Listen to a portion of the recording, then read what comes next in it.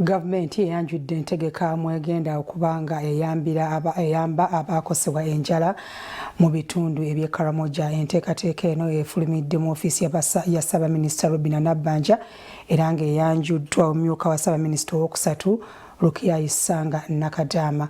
Ono agambye nti abantu bandibadde bakozesa obudde buno obw'enkuba etonnya okusobola okubeera nga balima bw'ati ate n'awabula abakyalemedde mu bitundu wali okubumbulukuka kw'ettaka okukkiriza abasengulwe singa babeera batuukiriddwa.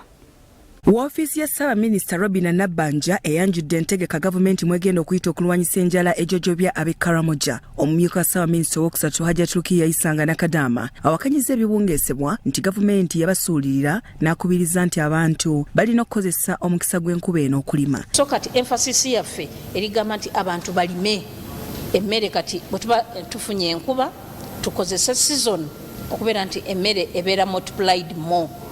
Ekisooka nga tuteekawo twagala okumechanizing agriculture.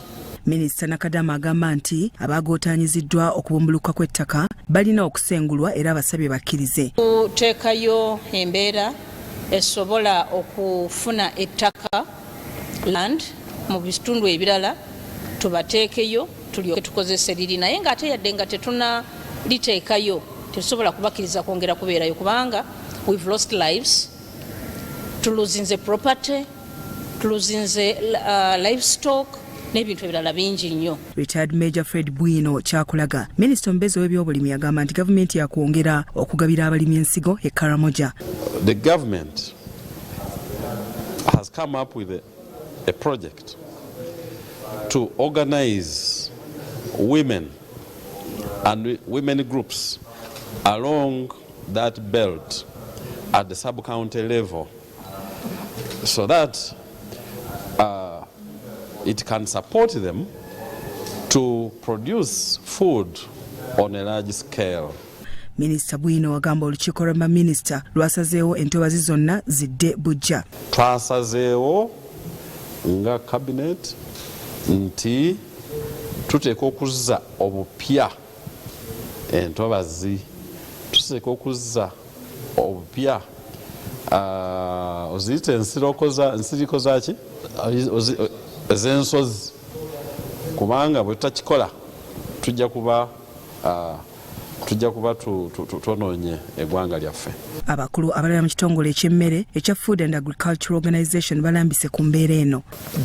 Our strategic focus for FAO is also insisting and is aligned with the Uganda vision and as well and what Uganda has been doing in terms of achieving a Ugandan free of hunger, which puts a lot of emphasis on the four betters: better production, better nutrition, better environment. The Minister spoke about it as well, and better life.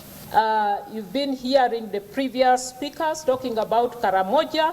We are there intervening, the school feeding program, the social behavior change communication, nutrition, logistics and supplies, nutrition surveillance and information system, because this is really very, very important. And we are working together with the other sectors on the multi-sectoral project on food and nutrition.